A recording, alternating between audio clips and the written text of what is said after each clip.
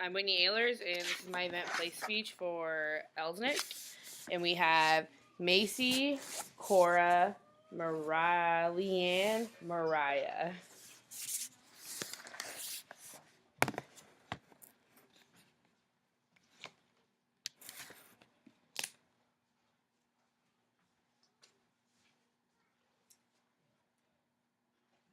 Scott Shanley. I'm sure all of you know his name. If not, he plays for the New Orleans Saints, and he was my neighbor growing up.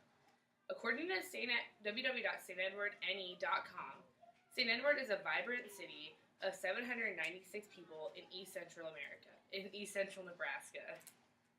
Our community lies in the scenic Beaver Valley in the southeast corner of Boone County.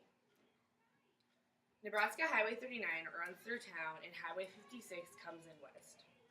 The small community of St. Edward is a historical landmark to us civilians because of the history we have learned throughout our lives living here. The history of St. Edward can be a confusing one. It has had many name changes since becoming a town.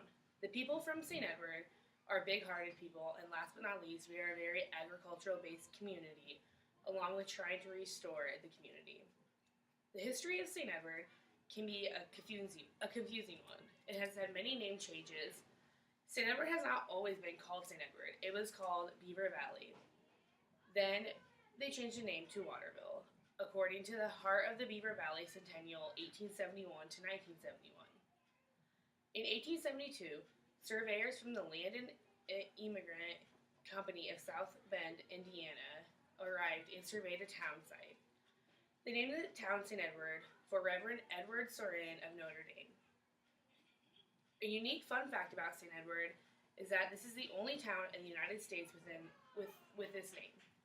Almost all the original businesses, buildings, and landmarks of the town are still around today, with renovations being made to them. When I learned about St. Edward, I was confused of how we got our name and how many times we changed it. We've had many changes to this town, but the one thing that stays the same is the people. The people of St. Edward is what makes this town. We care a lot about our town and take pride in it.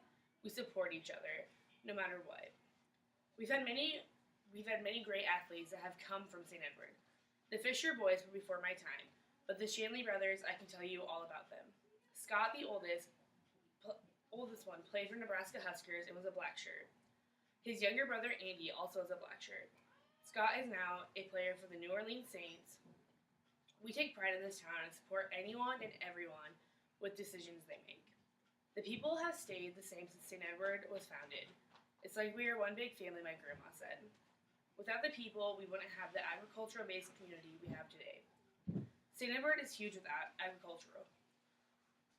Grain companies were formed early in the years. The first one was J.W. Grain Company, who recently just sold out to Green Plains. We also have Central Valley Ag. Used to be the Farmers Cooperative Association, or just the co-op. And now we have a new one called Preferred Ag. St. Edward has a big history with great people. The small community of St. Edward is a historical landmark to us civilians because of the history we have learned throughout our lives living here. The history of St. Edward is a large one. If I had more time, I'd tell you everything. People from St. Edward are big-hearted people. We are a very agricultural-based community, along with trying to restore the community. No matter where I go or end up, I will always call St. Edward, Nebraska my hometown. It's something I know and love. One day I hope to go back there and make history.